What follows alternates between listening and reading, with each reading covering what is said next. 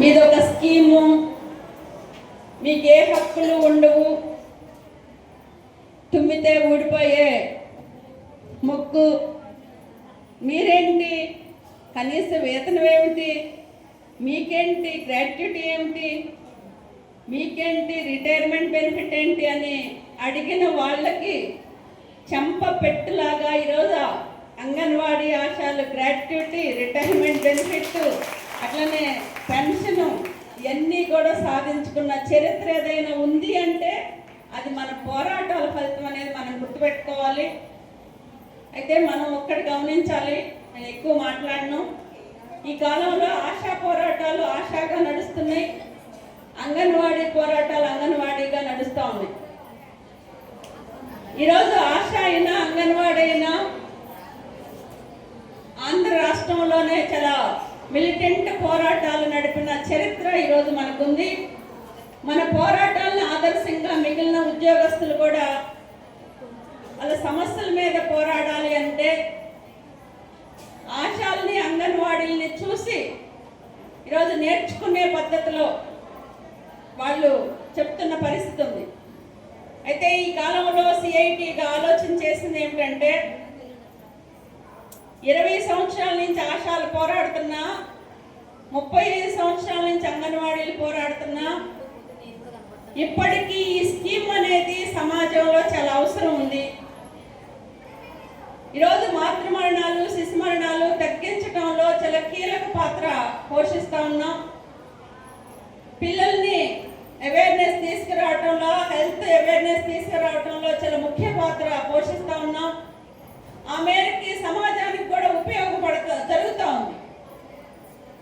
ఒకవైపు సమాజానికి ఉపయోగపడే స్కీములను కూడా ఈరోజు కేంద్రంలో నరేంద్ర మోడీ చాలా దుర్మార్గంగా బడ్జెట్లు తగ్గించి ఎప్పటికి కూడా కొన్ని హక్కులు సాధించుకున్నా మనం గౌరవ వేతనంగానే ఉన్నాము, కనీసం కార్మికులుగా కూడా గుర్తించలేదు, కనీసం ఐఎల్సి సిఫారసులు కూడా అమలు చేయటం లేదు.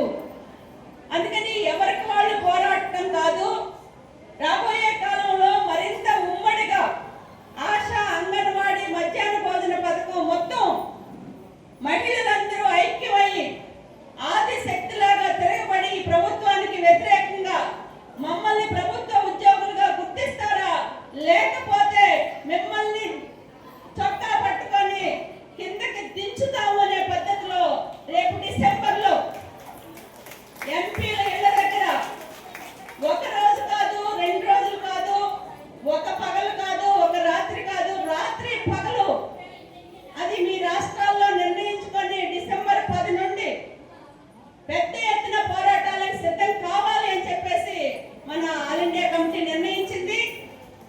అయితే మన రాష్ట్రానికి సంబంధించి